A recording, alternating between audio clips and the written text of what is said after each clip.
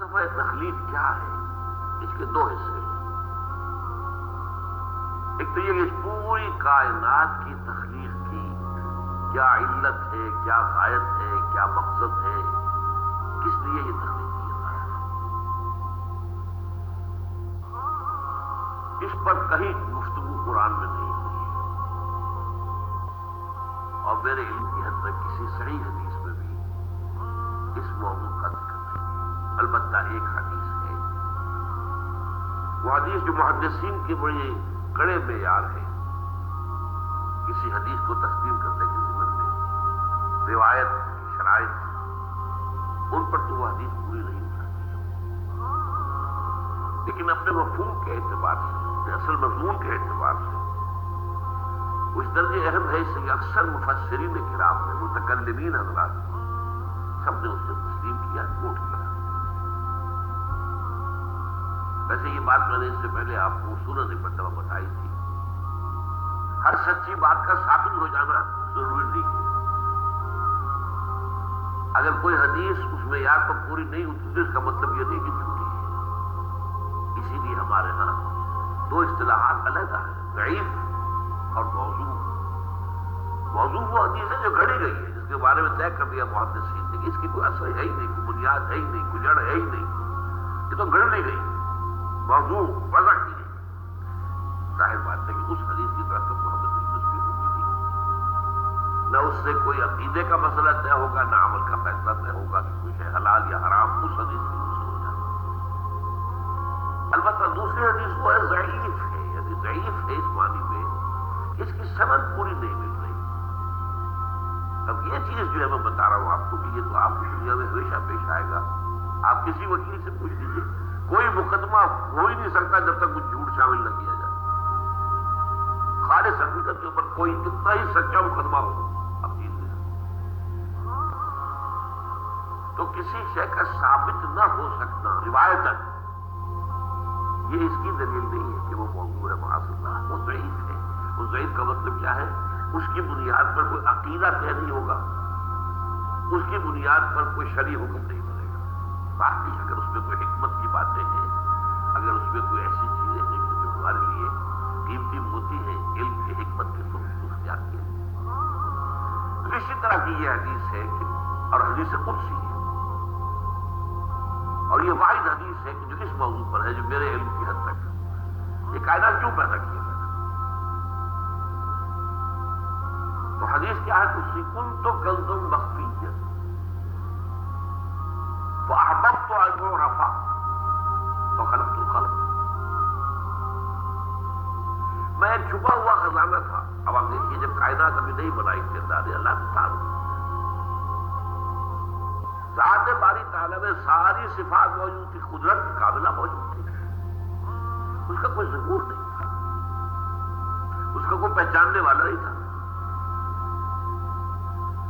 کنت کنز مخفی، کنز خزانہ، چھپا ہوا خزانہ۔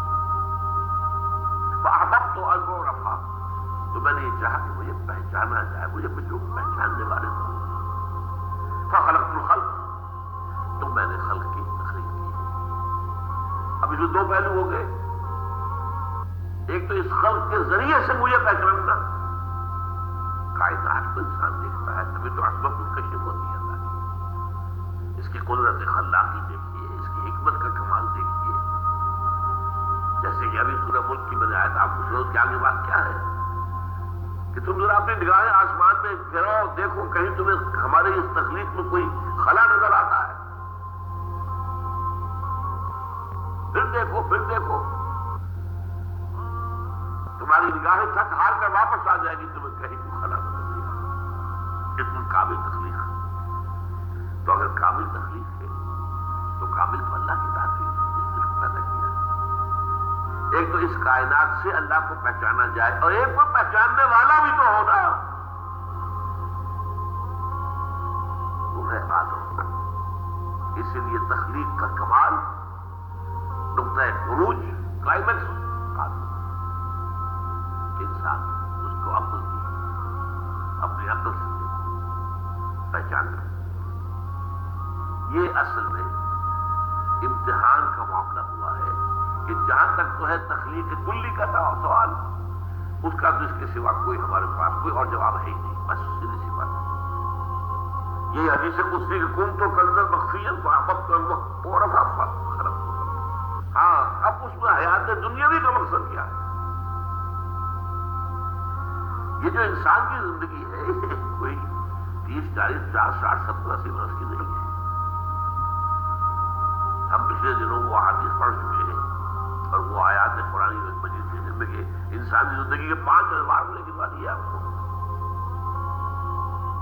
پہلی تخلیق ہوئی تھی صرف ارواح کی شکل میں، بدن نہیں تھے، وہ پہلی زندگی تھی ہماری۔ پھر ہمیں سلا دیا گیا، کولڈ اسٹوریج میں رکھ دیا گیا، پھر اس دنیا کا سارا نظام مادی بنا اور اس میں تخلیق آدم ہوئی مٹی سے، تو پھر وہ آدم کی روح پھونکی گئی، یہ دوسرا دور آ گیا۔ اب آدم ہے، روح آدم جمع جس میں آدم، پھر ان پر موت آئی، پھر جلایا جائے گا اور پھر ہمیشہ کے لیے رہیں گے زندہ۔ تو کیا ہے یہ زندگی؟ آپ کے خیال میں 50 60 70 سال یہ چھوٹا سا ٹکڑا ہے البتہ۔ اسی کو اقبال کہتا ہے نا، تو اسے پیمانہ ہے امروز و فردا سے نہ ناپ، جاویداں بہم دواں حضرت جواں ہے زندگی۔ یہ تو 25 30 60 70 سال، ان میں سے بھی کیا ہے، کافی بڑا حصہ تو گزر گیا، شعور ہی نہیں، ابھی فہم ہی نہیں، سمجھ ہی نہیں، اور ایک خاص عمر کو پہنچنے کے بعد پھر معلوم ہوتا ریورس گیئر لگ گیا کہ لا یعلم من بعد علم شیئا، جو کچھ سیکھا پڑھا تھا وہ بھی گیا، اب تو وہ میموری ہی ختم ہو گئی۔ زیادہ تھوڑا سا وقت ہے 40 50 سال رات کریں گے بیٹھے نہیں، انسانی زندگی یہ نہیں ہے۔ تو اسے پیمانہ ہے امروز و فردا سے نہ ناپ، جاویداں بہم دوا ہر دم جمع ہے زندگی۔ اور ایک عجیب مصرع ہے اس شعر کے اندر، اس غزل کے اندر ہے، کبھی جاں اور کبھی تسلیم جاں ہے زندگی۔ اس کو بہت کم لوگ سمجھتے ہیں تسلیم جان کا کیا مطلب ہے۔ اس وقت میری زندگی کیا میری جان کے حوالے سے زندہ ہوں میں، ہے کبھی جاں، اور اگر میں اللہ کی راہ میں گردن کٹوا دوں تو جان دے کر جو زندگی ملے گی اس سے اس جیسے قوم کو زندگی ہوئی نہیں۔ تسلیم جان دے دینا۔ ولا تقولوا لمن يقتل في سبيل الله اموات بل احياء ولكن لا تشعرون۔ اور پھر اس میں شعر آتا ہے آخری علامہ اقبال کا، الزم ہستی سے تو ابھرا ہے مانند حباب۔ آپ اندازہ کیجیے یہ کائنات ہستی، یہ تو پیسیفک اوشن سمجھیے، الزم ہستی سے تو اب تیری حیثیت کیا ہے؟ حباب، جیسا سطح سمندر کے اوپر یہ بلبلے ہیں، بس ہماری حیثیت اس کے ساتھ کچھ نہیں۔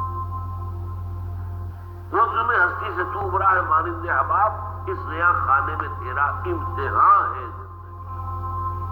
یہ جو دور ہے ہمیں دیا گیا ہے زندگی کا، یہ جو ہے اس زندگی میں سے کاٹ دیا گیا کچھ حصہ۔ پہلا حصہ جو تھا وہ روحانی، اس کے بعد موت آ گئی، پھر وہ زندگی آئی جو اس دنیا کی ہے، پھر موت آ جائے گی۔ ان دو موتوں کے درمیان ایک زندگی ہے، اور ایک پہلی موت سے پہلے بھی زندگی تھی اور دوسری موت کے بعد کی زندگی۔ 5 جذبات میں گنوا رہا ہوں۔ اس حوالے سے جو مقصد حیات ہے دنیاوی وہ ہے امتحان۔ اس لیے میں نے وہ آیات آپ کو سنائی، تبارک الذی بیدہ الملک وہو علی کل شیء قدیر الذی خلق الموت والحیاۃ لیبلوکم ایکم احسن عملا۔ اس نے یہ موت و حیات کا سلسلہ کیوں پیدا کیا؟ کیوں یہ دو موتوں کے درمیان یہ چھوٹی زندگی علیحدہ کر دی اور ان زندگیوں سے علیحدہ کر دیا جو پہلے تھی اور بعد میں آنے والی ہے اور جو ابدی ہے؟ خلق الموت والحیات لیبلوکم ایکم احسن عملا، یہ امتحانی وقفہ ہے تمہارا، وہ تمہیں آزمانا چاہتا ہے۔ بلا یبلو اسی سے ابتلا کا لفظ بنا ہے، باب امتحان، امتحان لینا، آزمانا۔ لیبلوکم ایکم احسن عملا، تاکہ اللہ جان کے تمہیں پرکھے کون ہے تم میں سے اچھے عمل کرنے والے۔ پھر یہی بات جو ہے بہت اور شاندار انداز میں سورہ کہف میں آئی، انا جعلنا ما علی الارض زینۃ لہا لنبلوہم ایہم احسن عملا۔ اس زمین پہ جو کچھ ہم نے بنایا ہے اس کا سنگھار ہے، زینت ہے۔ کھیتی لہلہا رہی ہے، آپ دیکھیے کاٹ کاٹ کا کسان کا دل جو ہے باغبان ہو رہا ہے، اس کی محنت، اس کی بہت بڑا محل آپ نے بنایا، بہت اچھا لگتا ہے، میں مساکن ترضون گا، یہ ساری چیزیں زندگی۔ اور آج آپ کو معلوم ہے جتنا جتنا یہ دجالی زمانہ آ رہا ہے ہم پر، اتنی ہی زندگی زیادہ پرکشش، زیادہ اٹریکٹیو۔ امریکہ میں جا کے دیکھیے آدمی مضبوط ہو جائے گا۔ فرمایا ہم نے اس کو اس کی آزمائش اور آزمائش بنا دیا ہے، لنبلوکم ایکم احسن عملا، ہم تمہارا امتحان لینا چاہتے ہیں کہ اس کے حسن کے گرویدہ ہو کر رہ گئے یا نہیں، ہمارے جلال و جمال سے اپنا تعلق قائم کر کے ہمارے تعلق بنے، دنیا کے تعلق